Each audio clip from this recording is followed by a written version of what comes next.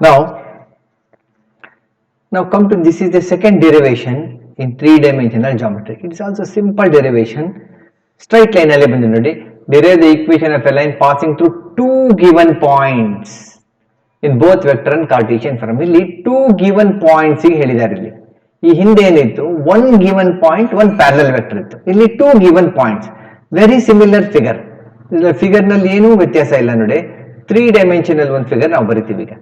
ಹಾಗೆ ಬರಿಬೇಕಾದ್ರೆ ನಾವೇನ್ ಮಾಡ್ತೀವಿ, first y axis, this is x axis, this is z axis, y axis, and this is x axis. Okay, let us take this is x and this is y and this is z. ಬರೀಲೇಬೇಕಿದ್ದು ನಾವು compulsory. Okay, ಒಂದು straight line as usual ಬರೀತಿದ್ವಲ್ಲ ನಾವು, ಒಂದು straight line ಬರೀತೀವಿ ನಾವಿಲ್ಲಿ.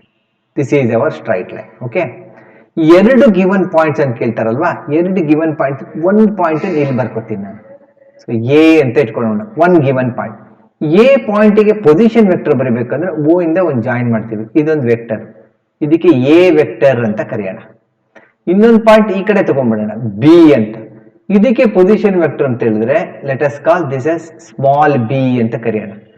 Any point, ಈ line ಮೇಲೆ ಯಾವುದೇ ಒಂದು point ಇದ್ರೂ ಅದನ್ನ ನಾವು ಯಾವಾಗಲೂ ಪಿ ಅಂತ ಕರಿತೀವಿ, ಇದನ್ನ ಪಿ ಅಂತ ಕರೆಯೋಣ.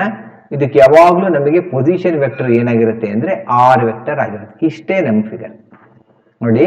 ಟೂ ಗಿವನ್ ಪಾಯಿಂಟ್ಸ್ ಗೆ ಎ ಬಿ, ಎಗೆ position vector vector O A ಅಂದ್ರೆ small vector A, vector O B ಅಂದ್ರೆ small vector B. P is any point, ಅದಕ್ಕೆ position vector vector O P ಅಂದ್ರೆ ಆರ್. ಇದಿಷ್ಟು ನಮ್ಗೆ ಕೊಟ್ಟಿರುವಂತ ಇದು. ಪಿ ಇದೇ ಸ್ಟ್ರೈಟ್ ಲೈನ್ ಮೇಲೆ ತಗೊಂಡಿರೋದ್ರಿಂದ ಇಷ್ಟೇ ಹೇಳ್ಬೇಕು ನಾವು. ಏನ್ ಹೇಳ್ಬೇಕು, it is given that the points, ನೋಡಿ, the points A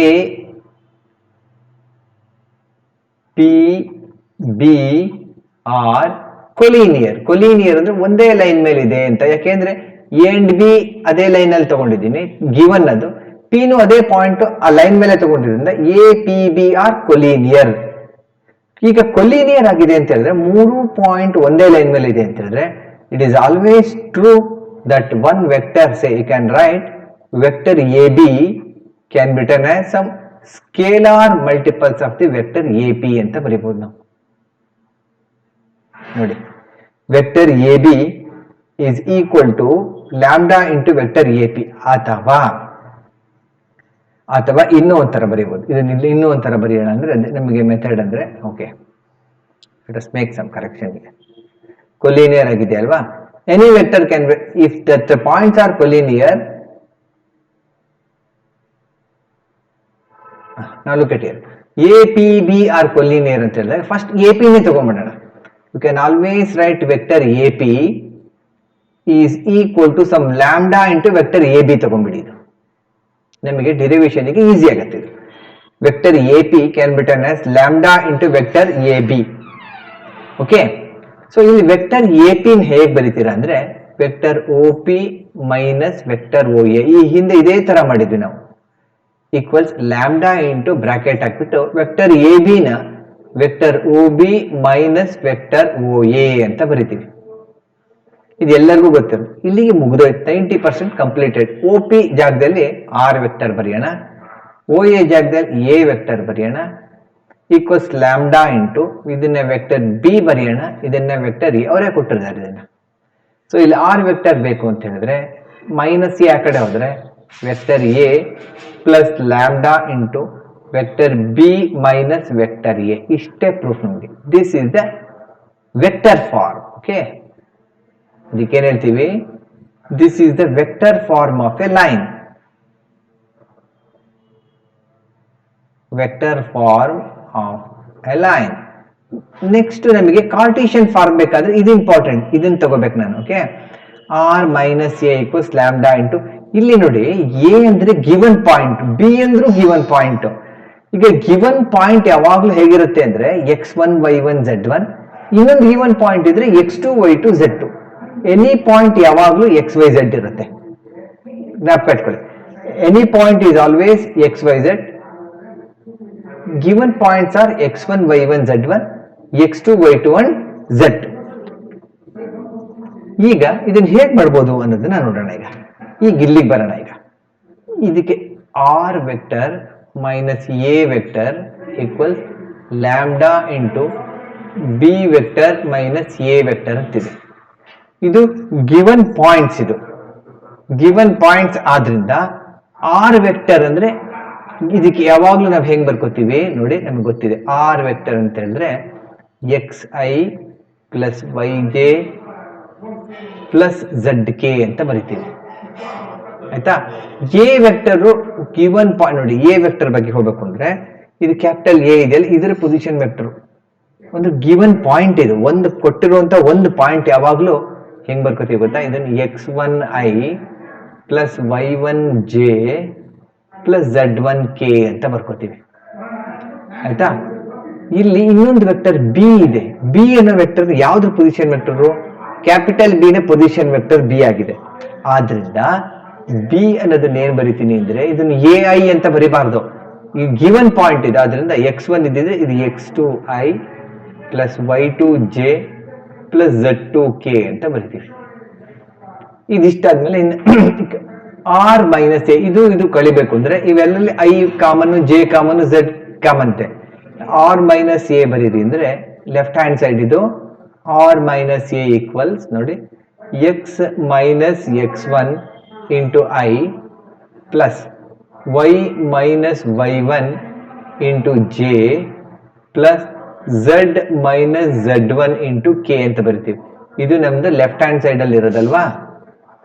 right hand side ಅಲ್ಲಿ ನೋಡಿ lambda into B minus A ಇದೆ, ಇದು ಬಿ ಇದೆ, ಇದು ಎ ಇದೆ, ಕಳ್ಕೋಬೇಕಲ್ವಾ ನಾವೀಗ. Vector B minus vector F, starting B ಬರ್ಕೋಬೇಕು. ಇಲ್ಲಿ ನೋಡಿ ಎಕ್ಸ್ ಟೂ ಇಂದ ಶುರು ಮಾಡ್ಕೋಬೇಕು ನಾವು, ಆಯ್ತಾ.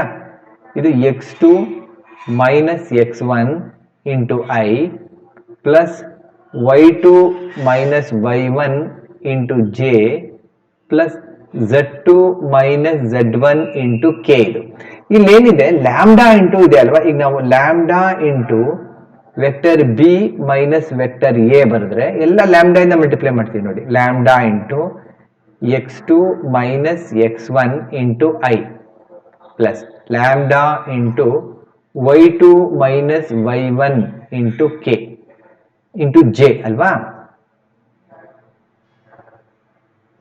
Into J into J plus lambda into Z two minus Z one into K. ಈಗ ನೋಡಿ this is our right hand side ಅಲ್ವಾ. ಈ ಈಕ್ವೇಶನ್ ಇದೆ, ಇದು ಲೆಫ್ಟ್ ಹ್ಯಾಂಡ್ ಸೈಡ್ ಇಲ್ಲಿದೆ, ರೈಟ್ ಹ್ಯಾಂಡ್ ಸೈಡ್ ಇಲ್ಲಿದೆ. ಈಗ ಎರಡು ಈಕ್ವಲ್ ಆಗಿರೋದ್ರಿಂದ ಇಲ್ಲಿ ನಮಗೆ ಐ ಕೋಯಿಫಿಷಿಯಂಟ್ ಏನಿದೆ ಇದರಲ್ಲಿ ಎಕ್ಸ್ ಮೈನಸ್ ಎಕ್ಸ್ ಒನ್ ಇದೆ.